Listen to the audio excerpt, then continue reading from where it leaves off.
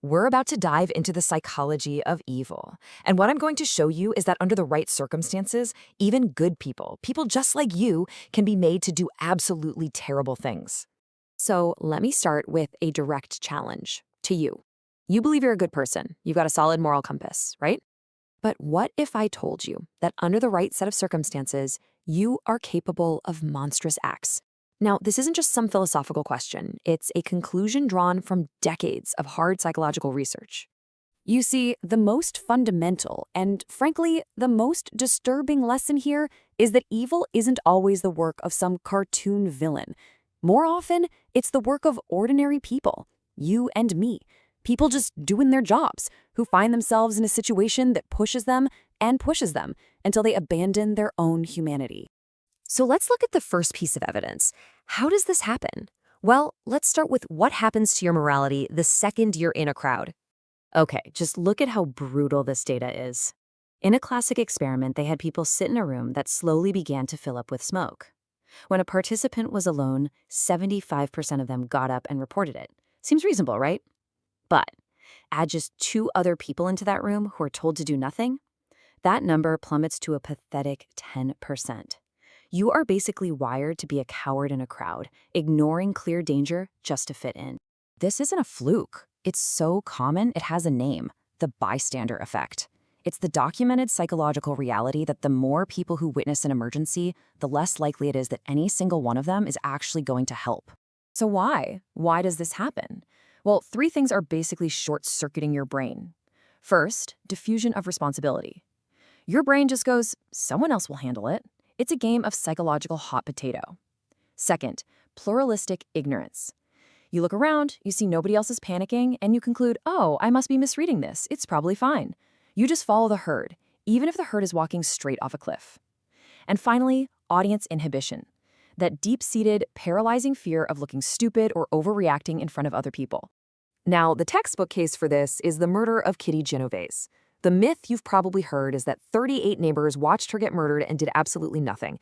That story is what kicked off all the research into this. But the reality is, the story was a massive media exaggeration. The bystander effect is terrifyingly real, but its most famous story is a lie. This doesn't make the science any less valid. It just means the real proof is in the lab, not just one sensationalized tragedy. So if crowd apathy doesn't convince you of your own dark potential, let's see what happens when a single person in a lab coat starts giving you orders. In Stanley Milgram's infamous 1963 experiment, people were told to deliver increasingly powerful electric shocks to another person. The result was, well, shocking.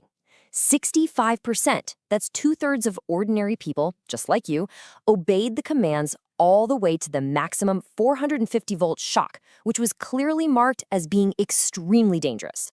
And don't think for a second that the other third got off easy. 100% of participants, every single one, continued to at least 300 volts. Now that's the point where the actor in the other room screamed about a heart condition and then fell completely silent. Let that sink in. Not a single person refused to deliver what they believed was intensely painful, possibly damaging electricity. Milgram himself put it best. He wrote, "Stark authority was pitted against the subject's strongest moral imperatives, against hurting others, and, with the subject's ears ringing with the screams of the victims, authority won more often than not." So how did they pull this off? It wasn't with threats. It was with 4 simple, escalating verbal prods.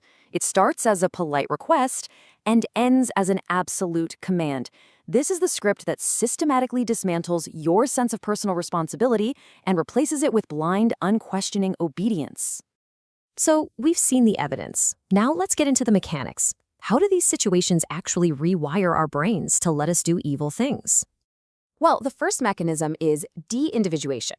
This is when you get so immersed in a group that you lose your sense of individual identity.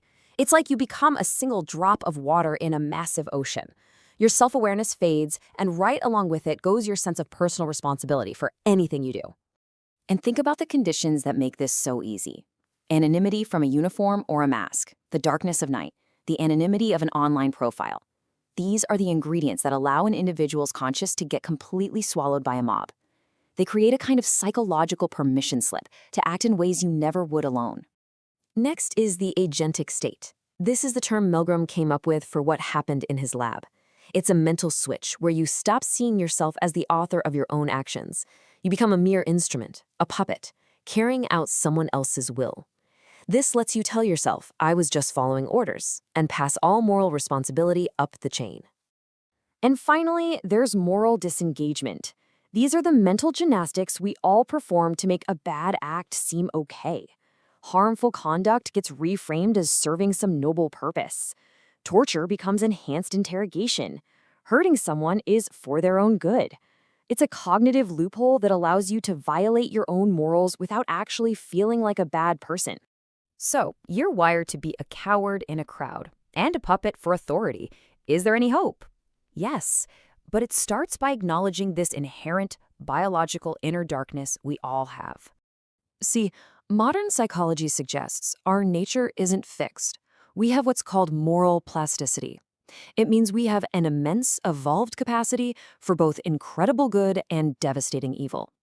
The situation we find ourselves in often decides which script gets activated. So this is the crucial point. The only way to fight these powerful, innate psychological forces is to know they exist and to understand how they work on you. Acknowledging your own capacity for evil is the first and most important step toward consciously choosing to be good. So how do you actually do it? To break the bystander effect, don't just shout for help. Single someone out directly. You in the red shirt, call 911. This shatters the diffusion of responsibility. Trust your gut. If something feels wrong, it probably is. And you have to model the behavior you want to see. Your action can inspire others. Most importantly, remember you are always personally responsible for what you do. Following orders is an excuse, not a defense. The psychological script for evil has been written by evolution and society. But by knowing the script, you are no longer a blind puppet. You're an actor who now has the power to improvise, to defy the director, and to change the entire scene. The only question is, will you?